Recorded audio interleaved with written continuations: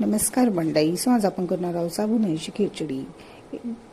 इथे बघा, आपण रात्रभर साबुदाणे भिजत घातलेले होते, मस्त भिजलेले आहेत साबुदाणे. सो आता पॅनमध्ये शेंगदाणे घातले आहेत. शेंगदाणे मस्त असं खरपूस लालसर भाजून घेणार आहोत. इथे शेंगदाणे भाजून झालेले आहेत, सोलून घेतोय. असं गरम असेपर्यंत सोलायचे, म्हणजे चांगले सोलले जातात. आता आपण इथे मिक्सरला ग्राइंड करून घेणार आहोत. जास्त नाही फिरवायचे, असं एकदाच फिरून बघा. इथे आपलं मस्त बारीक असे शेंगदाणे झालेले आहेत. एक आपण बटाटा घेतला, मस्त बारीक चिरला आहे.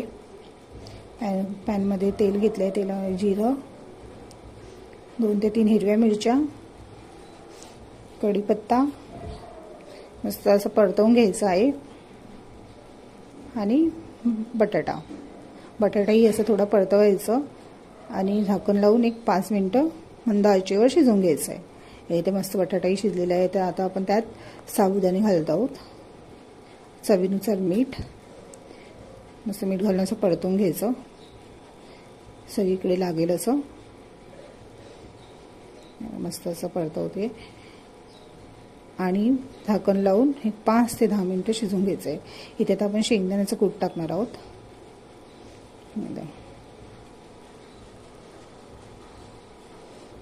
तेही मिक्स करायचं. ते 5 ते 10 मिनटं मंद आचेवर शिजवून घ्यायचं आहे. तर आता 5 ते 10 मिनटं झालेली आहेत आणि इथे बघा आपली साबुदाणा खिचडी रेडी आहे. सो इथे कोथिंबीर टाकते वरून आणि मस्त हलवून घेतलेले आहे. सो इथे आपली साबुदाणा खिचडी रेडी आहे. दिसते की नाही छान सुंदर अशी.